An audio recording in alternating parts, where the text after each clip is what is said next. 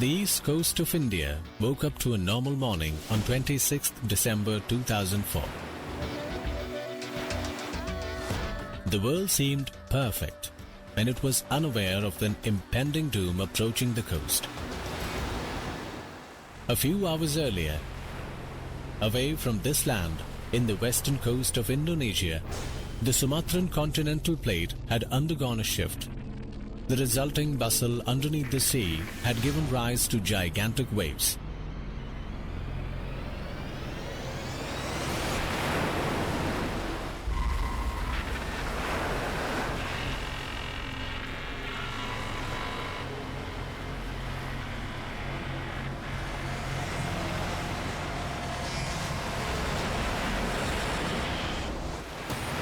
The monster tide washing out the shores of many countries was approaching the eastern coast of India rapidly.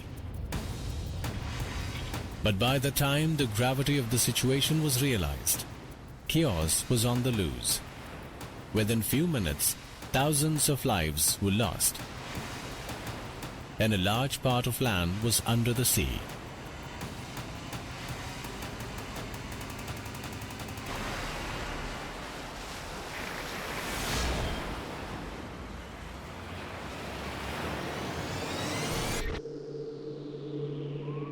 The earthquake on 26th December around 6:30 am Indian Standard Time was of magnitude 9.1 to 9.3 and had its epicenter in Sumatra.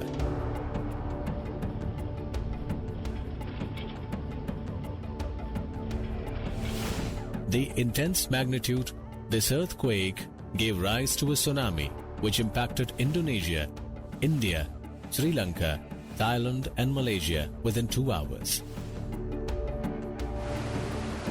The impact of the monster waves up to 35 feet high and traveling with the speed of about 800 km per hour was felt in 14 countries. Within a span of a few hours, the coastal areas of many countries were devastated.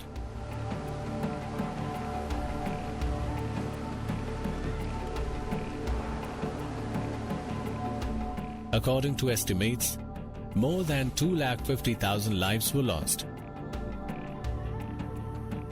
Millions were rendered homeless, and infrastructure and resources worth many millions were under the sea. Tsunami happened in our district on 26th December morning 8:45 am. So immediately we saw so many dead bodies within half an hour. It was in the floating.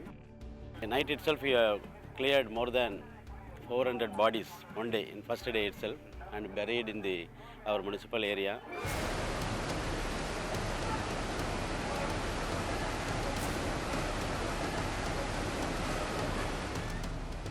Talking about India, more than 3,000 people were killed on the coasts of Tamil Nadu, Pondicherry, Andhra Pradesh, Kerala and Andaman Nicobars.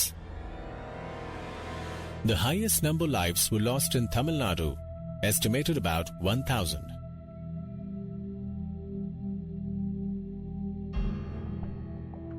தண்ணி வீட்டுக்குள்ள வந்து எல்லா அப்பா நாங்க பிள்ளைங்க எனக்கு கண்ணு முன்னே எங்க அப்பா தண்ணி குடிச்சு என் கண்ணால பார்த்தேன். நானு நம்ம பிள்ளைகள் நம்மள இறந்து போனான்னு நான் நினைச்சேன். நான் அந்த மோட்ல கடை வந்து இளைய தங்கச்சி மக்க காலேஜ் போவா பெரியம்மா அடிச்சது எங்க அதனால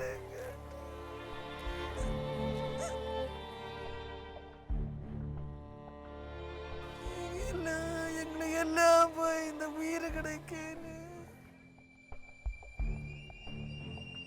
சொன்னதுக்கு அவங்க எழுதி கொடுத்தாங்க. 3 டாக்டர் எழுதி கொடுத்தாங்க. நான் போய் பெரிய ஆஸ்பத்திரியிலே சொந்தத்திலே இங்கே பாருங்கன்னு சொன்னாங்க. நான் போய் பார்க்கல. தான் வார டாக்டர்லாம் அப்படி தான் சொல்கிறாங்க. நான் போய் பார்க்கல. புள்ளோட அழுகிட்டு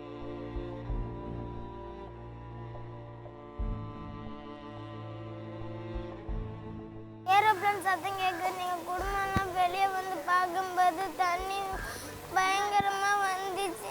நாங்கள் எல்லாம் முடியாறும்போது தண்ணி வந்து எங்களை சொல்லிடுச்சு. எங்கள் அம்மா எங்கள் தம்பி தனியாக போயிட்டாங்க. எங்கள் அப்பாவும் தனியாக போயிட்டாங்க. நானே தங்கச்சி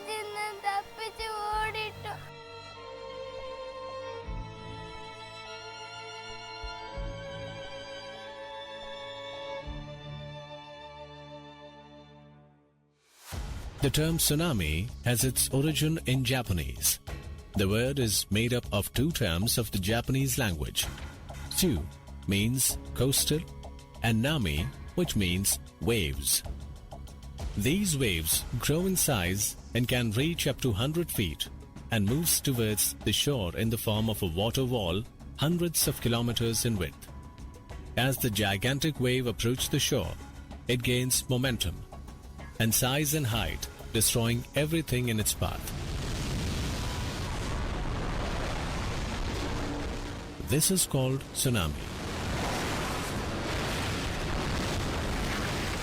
The world has witnessed tsunamis in the past, when it was believed that tsunamis are huge tides. But this definition has been dispelled because tide scare caused by the gravitational pull of sun, moon and the planets. The low point beneath the wave's crest often reaches shore first. When it does, it produces a vacuum effect that sucks coastal water seaward and exposes harbor and sea floors. This retreating of seawater is an important warning sign of a tsunami because the wave's crest and its enormous volume of water typically hit shore 5 minutes or so later. Once they hit the shore, they can flood the mainland for more than 1,000 feet. Scientific studies indicates that when two tectonic plates undergoes a shift in the sea, one of the plate boundaries usually slides down the other. The energy released during this process pushes about 16,000 crores of liters of water upwards. But the effect of such voluminous movement of water is not felt in the deep sea, where the waves may only be few feet high.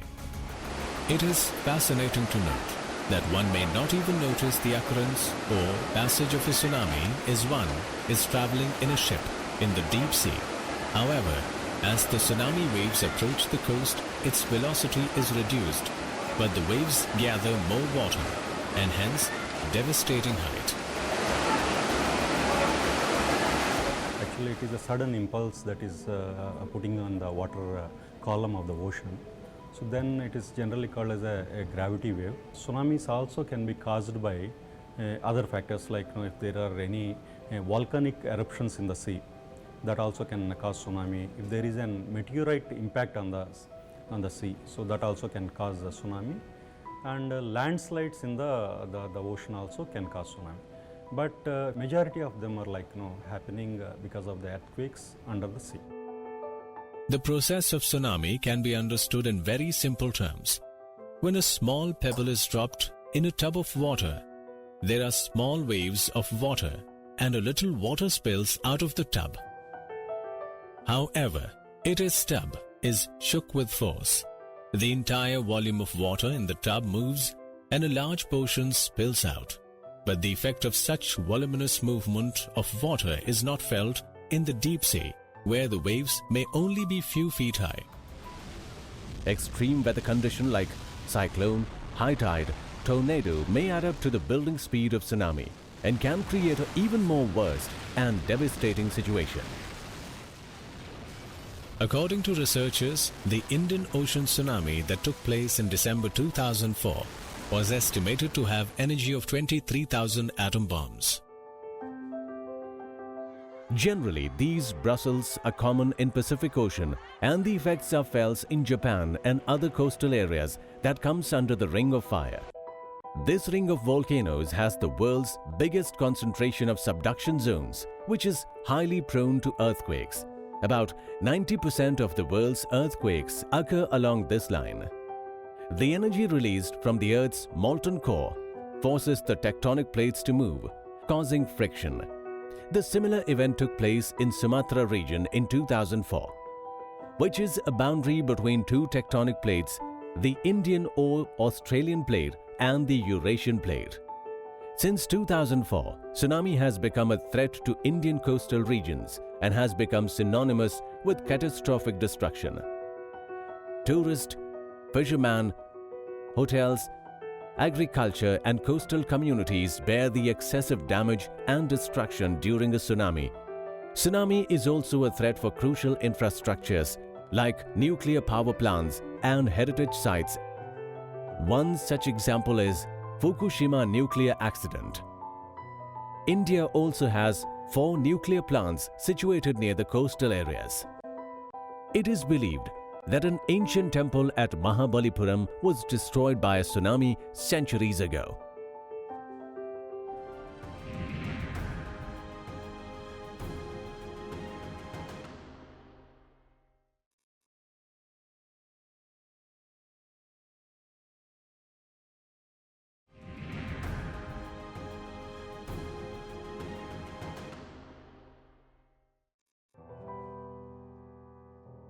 Shortly after the tsunami, the government of India conducted many high-level meetings at a higher level, assessing the situation of India's long coast, spread in both east and west. The National Disaster Management Authority was constituted under the Disaster Management Act 2005. One of the things the NDMA does is that it produces guidelines on different aspects, policies and plans. So we approve the National Disaster Management Plan. We provide the support, technical support to states on different aspects of disaster management planning in general or on specific thematic areas. India, as we know, has a large coastal line spread both on the east and the west. Since 2004, these areas are being considered risky-prone to tsunami. What is being done regarding the monitoring and protection from tsunami? To understand this, we reached the Indian National Ocean Information Service Centre, INCOIS, which is operating under the supervision of the Ministry of Earth Sciences. The centre, since 1999, is working on monitoring oceanic activities. However, since the tsunami that hit Japan in 2011, the need has been felt to set up a tsunami alert center in India. In 2012, INCOIS established the Special Indian Tsunami Early Warning Center. Within few years, the center has become a crucial information center not only for India but also for the other 24 countries along the Indian Ocean Ring. In 2012 October, we are also designated, UNESCO accepted us as one of the world-class tsunami warning center and designated us as a tsunami warning center for the entire Indian Ocean region. So our center has 2 responsibilities. One is to advise our own country about the whether you should evacuate or not evacuate, and also inform the other countries the tsunami wave is going to hit them or not. So we are also a regional tsunami warning center as well as the national tsunami warning center. When we arrived in INCOIS to know more about the technologies being developed in India, Centre was already preparing for a mega mock drill which was to be organized along the entire east coast. The control room of the Tsunami Early Warning System is equipped with most modern technologies. The Indian Tsunami Early Warning System is based on a mathematical model, which is different from Tsunami Early Warning Systems of Sumatra and Japan. Accurately assesses the location, intensity, height and direction of tsunami waves. Now, the entire system runs on a high-performing computing system called Mihir. The recently launched supercomputer situated at National Center for Medium Range Weather Forecasting Campus, Noida, has made tsunami early warning systems more efficient. There are 3 types of techniques used in this context. Number 1, seismic wave observation. Number 2, tsunami waves monitoring. Number 3, ocean level monitoring. INCOIS, in association with NIOT, National Institute of Ocean Technology, has developed tsunami buoys to monitor tsunami waves. Under this technology, sea bottom pressure recorders have been installed in 7 spots in the Indian Ocean. The recorders sense the increase in pressure during seismic disturbances and transmit sound signals to the buoys on the surface by the sound waves. Center has also set up 35 tide gauges. The information generated by them are used to help calculate the tsunami early warning. This mathematical model based on this technique is considered the best technique in the world to make accurate estimates of the tsunami. Indian Tsunami Early Warning System has deduced that an earthquake of magnitude 8 has occurred near Andaman. A tsunami is naturally suspected. The center also predicts that the tsunami is likely to affect the east coast, from Andaman and Visakhapatnam to Chennai. The first bulletin of early warning has been issued in the first 4 to 5 minutes of this estimation through various communication mediums. All related and supportive departments with SDMA and NDRF were alerted. The staging area was fixed from where the rescue teams were to be sent to the affected areas.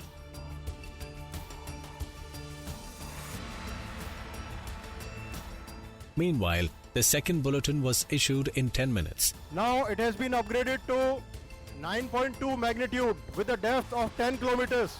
Alerting that the earthquake is of the magnitude 9.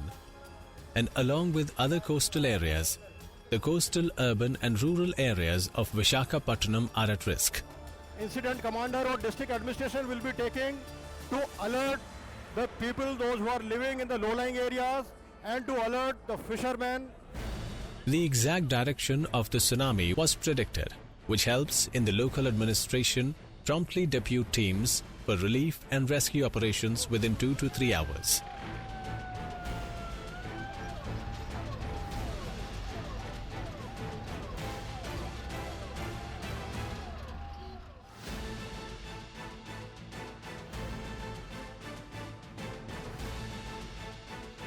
NDRF and local police quickly reached the affected village along with the officials of the health department.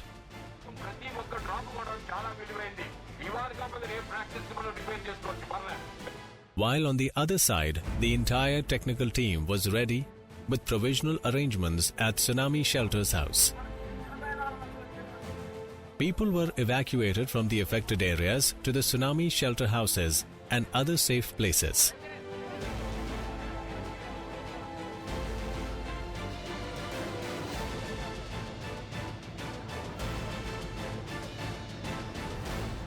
Whenever it is alerted, the people, the line department people, the collector is the incident commander. He will, divisional level RDO is the incident commander. He will alert the people and swing into the action. The purpose is to disseminate, to minimize the loss of life, property and damage to the environment.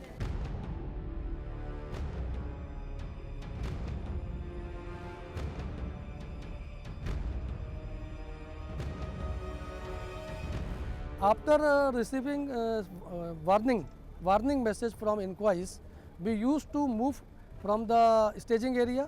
We also inform our local responders to evacuate the public from the nearby area of sea coast.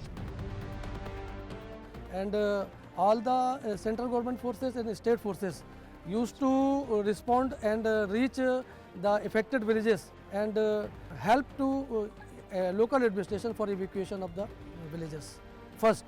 And second, we used to give them medical treatment if required. We also give a briefing to public for awareness in mock drills. This was a tsunami mock drill that proved that India is now ready to face any tsunami that hits its coasts. Let's have a look how an early warning system works. The Tsunami Early Warning Center gathers the seismic data around the clock through the observatories in India and around the world.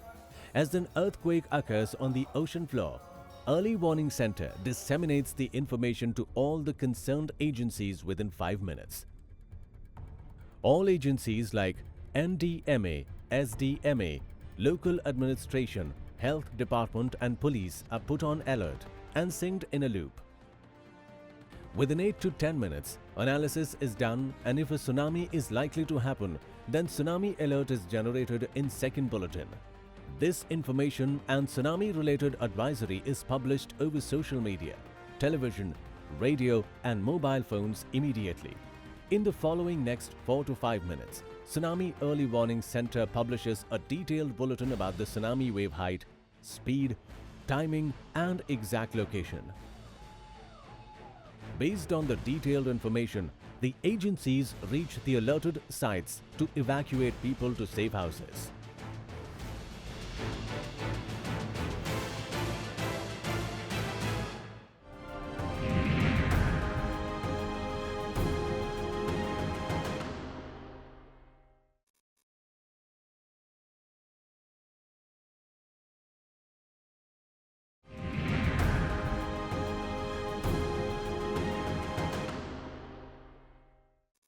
The impact of destruction caused by tsunami may vary from one coastal area to another, depending upon the geographical structure and ground height from sea level.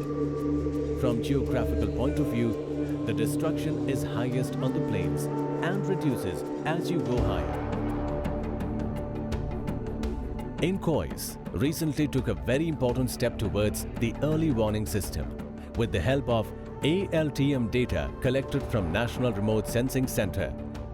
Incois has identified 9 highly vulnerable areas for tsunami across the country's coastline like Puri, Kochi, Chennai and Rameshwaram. The center has employed a GIS-based 3D mapping for streets, buildings and localities to create a topographical map of the coastal areas. This will help in the accurate early warning of tsunami to the minutest detail. The idea is that once we do that and we calculate the tsunami inundation levels, then we can also tell that which are the buildings which are going to get affected. So that a district collector, if he has to make a decision, for example, it is during daytime, he has to concentrate on the schools, hospitals. If it is night time, he need not worry about the schools. So those buildings he can leave out. So that kind of a more precise information, that's what we are trying, and this is called level 3 service. So I think we want to be the first. With the help of science and technology, state and administrative units related to NDMA and disaster management has suggested and made crucial transformations in the rules for human settlements in coastal regions and have issued specific constructions in these areas. Besides, guidelines for local population and tourists have been created. These includes some do's and don'ts that can easily be followed to ensure safety. Some of them are: understand the terrain of your locality and whether it is situated on a tsunami-prone region. Citizens should avoid building or dwelling within 200 meters of the high tide coastline. One should also know the height of your street and the distance of your street from the coast. Participate in the mock drills conducted by the local authorities and be alert and prepared. Tourists visiting tsunami-prone coastal regions should gain prior knowledge about the evacuation routes. Tsunamis have some early warnings. One should learn to recognize these warnings and immediately move to safe, higher grounds. Some of these warnings include an earthquake that lasts for 20 seconds or more in a coastal area, sudden recession of seawater to several meters, exposing shallow water fishes. People in boats should avoid rowing towards the shore in case of a tsunami. Once tsunami crashes the shore, there are again certain measures which can be followed to prevent accidents, loss of lives. These include avoiding venture near dawn power lines, damaged buildings and bridges. Avoid using candles. Instead, use battery-powered lanterns or flashlights during rescue operation. Last but not the least, staying informed is crucial. Should it helps to stay tuned to a Coast Guard emergency frequency station or a local radio, or updated emergency information.